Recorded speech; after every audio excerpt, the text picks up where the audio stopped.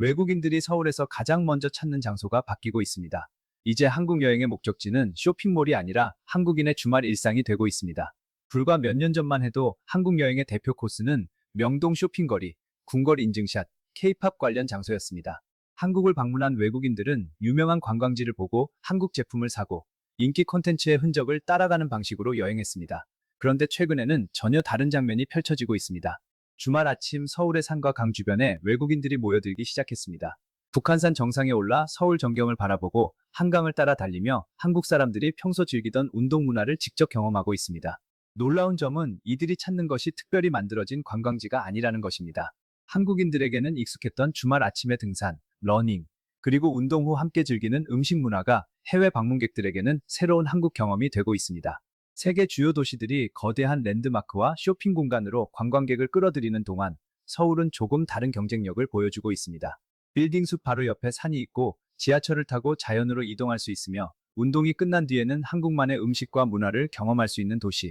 이제 한국 관광의 새로운 무기는 유명한 건물 하나가 아니라 한국 사람들이 살아가는 방식 자체가 되고 있습니다. 우리가 주목해야 할 것은 왜 외국인들이 한국의 산과 강으로 향하기 시작했는지, 그리고 그 평범했던 일상이 어떻게 세계가 찾는 새로운 콘텐츠가 되고 있는지입니다. 세계가 주목한 서울의 경쟁력, 도심 한가운데 펼쳐진 자연, 서울을 바라보는 해외의 시선이 조금씩 달라지고 있습니다. 과거 해외 여행객들에게 서울은 거대한 도시, 빠른 경제 성장, 쇼핑과 엔터테인먼트가 강한 곳으로 인식되는 경우가 많았습니다. 하지만 최근 외국인들이 서울에서 발견하고 있는 매력은 전혀 다른 모습입니다. 바로 도시 안에 자연이 함께 존재한다는 점입니다. 해외 매체들은 서울의 도시명 하이킹 문화에 주목하고 있습니다. 특히 홍콩 영자지 사우스 차이나 모닝포스트는 한국의 도시 하이킹 문화를 소개하며 서울이 단순히 산이 있는 도시가 아니라 대중교통과 연결된 자연 경험을 제공하는 곳이라는 점을 강조했습니다. 외국인 입장에서 보면 서울의 산은 멀리 떠나야 하는 자연 관광지가 아니라 지하철과 버스를 이용해 일상 속에서 바로 접근할 수 있는 특별한 공간입니다. 실제로 서울 AI 재단 분석에서도 이런 변화가 확인됐습니다. 북한산을 찾는 외국인 관광객은 일평균 약 4,015명으로 집계됐고, 북악산과 관악산 역시 외국인 방문이 증가하는 흐름을 보였습니다.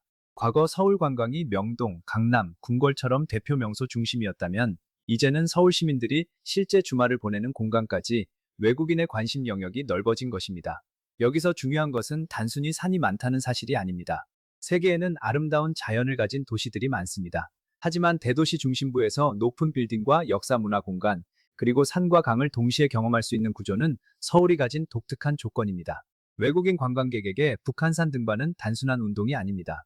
아침에는 한국 사람들이 주말마다 하는 등산 문화를 경험하고, 정상에서는 서울이라는 거대한 도시의 모습을 한눈에 바라봅니다. 그리고 하산하면 다시 도시 생활 속으로 돌아옵니다. 자연과 도시가 분리되지 않고 하나의 경험으로 이어지는 것입니다. 이 변화는 관광의 기준이 달라지고 있다는 것을 보여줍니다. 과거 관광객은 유명한 장소를 보기 위해 이동했습니다. 하지만 최근 여행자들은 그 도시 사람들이 어떻게 살아가는지, 어떤 하루를 보내는지를 경험하려 합니다. 서울은 바로 이 지점에서 새로운 경쟁력을 만들고 있습니다. 한국이 가진 가장 평범한 일상이 해외 방문객에게는 특별한 콘텐츠가 되고 있는 것입니다. 그리고 이 흐름은 단순히 산에서 끝나지 않고 서울이라는 도시 전체의 생활 문화 경험으로 이어지고 있습니다. 달리기 위해 서울을 찾는다. K러닝이 보여주는 새로운 한국 경험. 최근 글로벌 여행의 흐름을 보면 하나의 변화가 나타나고 있습니다. 단순히 유명한 장소를 방문하는 여행보다 그 도시 사람들이 실제로 즐기는 활동에 참여하는 체험형 여행이 주목받고 있다는 점입니다. 서울에서는 이 변화가 K러닝이라는 형태로 나타나고 있습니다. 외국인 관광객들이 단순히 한강을 바라보는 것이 아니라 직접 운동화를 신고 서울의 길 위로 나서고 있습니다. 광화문 앞을 달리고 청계천을 지나고 한강변을 따라 뛰면서 한국 도시의 일상을 경험하는 것입니다. 특히 서울이 가진 강점은 달리기 좋은 공간이 따로 떨어져 있지 않다는 점입니다. 세계적인 대도시 가운데에는 아름다운 공원이나 강변을 가진 곳도 많지만 서울은 한강과 도심, 역사 공간, 산길이 가까운 거리 안에 연결돼 있습니다. 아침에는 한강을 달리고 조금만 이동하면 북한산이나 남산 같은 자연 공간을 만날 수 있는 구조입니다. 이런 특징은 해외 러너들에게 새로운 매력으로 받아들여지고 있습니다. 실제로 외국인 참가자가 많은 러닝 모임과 서울 관광 상품이 늘어나고 있고, 글로벌 여행 플랫폼에서도 한국의 러닝 체험 상품이 증가하는 흐름이 나타났습니다. 과거에는 한국인이 해외 유명 마라톤 대회에 참가하거나 외국의 운동 문화를 배우는 모습이 익숙했습니다. 하지만 이제는 반대로 해외 러너들이 한국을 찾아와 서울 시민들의 운동 문화를 경험하려는 상황이 만들어지고 있습니다. 여기서 우리가 주목해야 할 부분은 운동 자체가 아니라 그 안에 담긴 한국 도시의 모습입니다. 외국인들이 달리는 이유는 단순히 좋은 러닝 코스를 찾기 위해서만은 아닙니다. 높은 빌딩 사이로 이어지는 한강 풍경, 밤에도 안전하게 걸을 수 있는 거리, 궁궐과 현대적인 도시가 공존하는 장면까지 모두 하나의 경험으로 받아들이고 있습니다. 결국 K러닝은 한국의 도시 경쟁력을 보여주는 또 하나의 사례입니다. 한국은 더 이상 특정 관광 명소만 보여주는 나라가 아니라 하루의 생활 방식 자체를 경험하게 하는 나라로 변하고 있습니다. 그리고 운동이 끝난 뒤 이어지는 장면에서 또 하나의 변화가 나타납니다.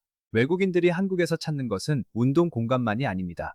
땀을 흘린 뒤 함께 즐기는 음식, 지역의 맛, 그리고 한국만의 음주 문화까지 새로운 경험으로 연결되고 있습니다. 운동이 끝난 뒤 시작되는 한국 경험, K푸드와 전통주가 연결하는 새로운 문화, 외국인들이 한국의 산과 강을 찾기 시작하면서 또 하나의 변화가 나타나고 있습니다. 한국에서 경험하고 싶은 것이 단순히 풍경만이 아니라 그 공간 안에서 이어지는 한국인의 생활 방식으로 확장되고 있다는 점입니다.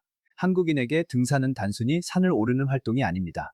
주말 아침 가족이나 친구와 산을 오르고 정상에서 간단한 음식을 나누고 하산 후에는 지역 음식이나 막걸리 한 잔으로 하루를 마무리하는 문화가 오랫동안 이어져 왔습니다.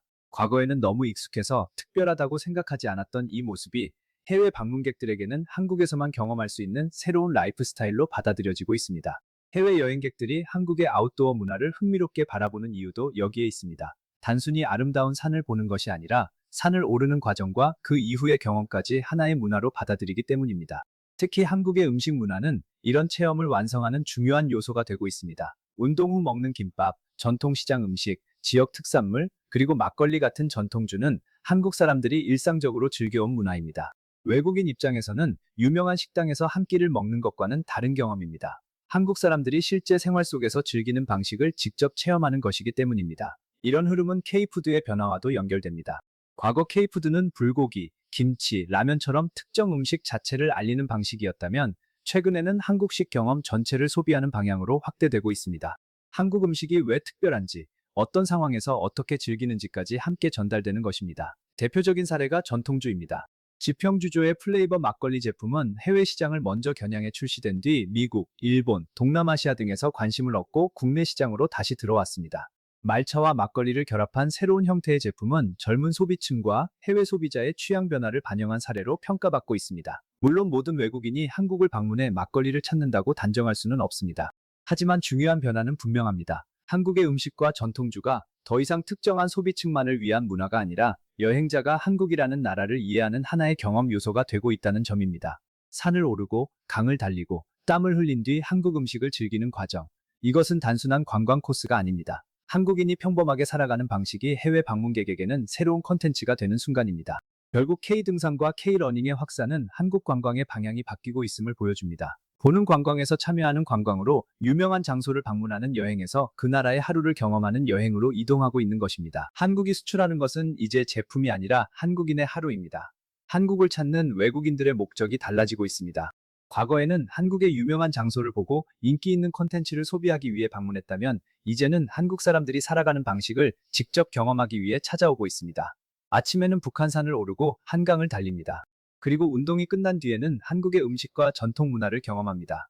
누군가에게는 평범한 주말 일정이지만 해외 방문객에게는 한국이라는 나라를 가장 가까이에서 느낄 수 있는 특별한 시간이 되는 것입니다. 이 변화가 의미하는 것은 단순히 새로운 관광 상품이 생겼다는 차원이 아닙니다. 한국의 경쟁력이 제조업이나 콘텐츠 산업을 넘어 생활문화 영역으로 확장되고 있다는 점입니다. K-팝이 한국의 음악을 알렸고 K-푸드가 한국의 맛을 알렸다면 이제는 K-라이프 스타일이 한국이라는 공간과 사람들의 방식을 알리는 단계로 넘어가고 있습니다. 특히 서울은 이 흐름에서 독특한 조건을 갖고 있습니다. 거대한 도시 안에서 자연과 역사, 운동과 음식 문화가 하나의 경험으로 연결됩니다. 외국인이 특별한 준비 없이도 한국인의 일상 속으로 들어올 수 있다는 점은 다른 도시가 쉽게 따라하기 어려운 경쟁력입니다. 물론 앞으로 해결해야 할 과제도 있습니다. 외국인 방문객이 늘어나는 만큼 자연 환경 관리, 지역 주민과의 조화, 지속 가능한 관광 시스템 구축이 함께 필요합니다. 단순한 유행으로 끝나는 것이 아니라 오래 지속되는 문화로 만들기 위한 준비가 중요합니다. 하지만 분명한 것은 하나입니다. 세계가 주목하는 한국의 새로운 매력은 화려한 무대 위에만 있는 것이 아닙니다. 주말 아침 산에 오르는 모습, 강변을 달리는 모습, 운동 후 함께 음식을 나누는 모습처럼 한국인에게 익숙했던 일상이 이제는 세계인이 경험하고 싶은 문화가 되고 있습니다. 우리가 지켜봐야 할 것은 앞으로 한국이 어떤 제품을 더 많이 수출하느냐만이 아닙니다. 한국인의 어떤 생활 방식이 또 하나의 세계적인 컨텐츠가 될 것인지입니다. 시청해주셔서 감사합니다.